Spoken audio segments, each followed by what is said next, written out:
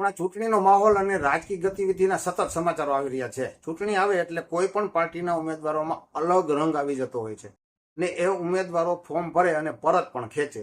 એ મુદ્દે ધોરાજી તાલુકાના તોરણિયા ગામના સરપંચ અને એડવોકેટ અંકિત ટીલવાઈએ એક સત્ય અને તર્ક સાથે હકીકત રજૂ કરી છે. હું અંકિત ટીલવા વકીલાતનો વ્યવસાય કરું છું અને ધોરાજી તાલુકાના તોરણિયા ગામે સરપંચ છું. સ્થાનિક સ્વરાજની ચૂંટણીઓ ચાલે છે ત્યારે મારે 2-3 મુદ્દા પર વાત કરવી છે. ફોર્મ પરત ખેંચવાની પ્રક્રિયા. હજારો જનતાનું પ્રતિનિધિત્વ કરવા માટે જ્યાં ઉમેદવારી કરવામાં આવે છે ત્યાં ફોર્મ પરત ખેંચવાની પ્રક્રિયા શા માટે?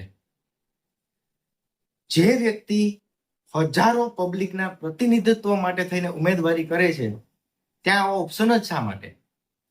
2 જ દિવસમાં સમજાઈ જાય કે મેં આ ફોર્મ ભૂલથી ભરી દીધું છે અથવા તો આ પદ માટે હું યોગ્ય ઉમેદવાર નથી.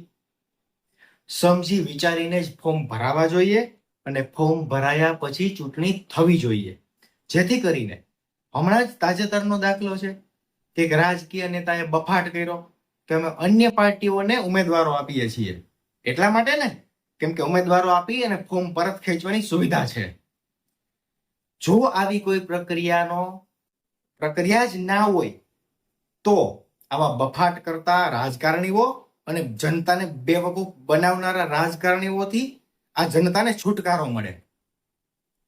ત્યારે અને માની લો કે ફોર્મ ભરાયા પછી ઘણા બધા ફોર્મ પરત ખેંચાઈ જાય છે અને એક જ ઉમેદવાર બચે છે, ત્યારે ચૂંટણી પંચ દ્વારા એને વિજેતા જાહેર કરવામાં આવે છે. શા માટે? 2013માં નોટા ઓપ્શન અવેલેબલ છે કે જ્યારે નન ઓફ ધી એબોવ ઉપરના કોઈ પણ ઉમેદવાર જનતાને પસંદ નથી ત્યારે જનતા પોતાનો વોટ નોટામાં આપી શકે છે. મતલબ નોટાને એક ઉમેદવાર જેટલું સ્થાન આપવામાં આવ્યું છે કે જેને આપણે આપણો કિંમતી વોટ આપીએ છીએ. વોટ આપીએ છીએ મતલબ એક પ્રતિનિધિ જ છે.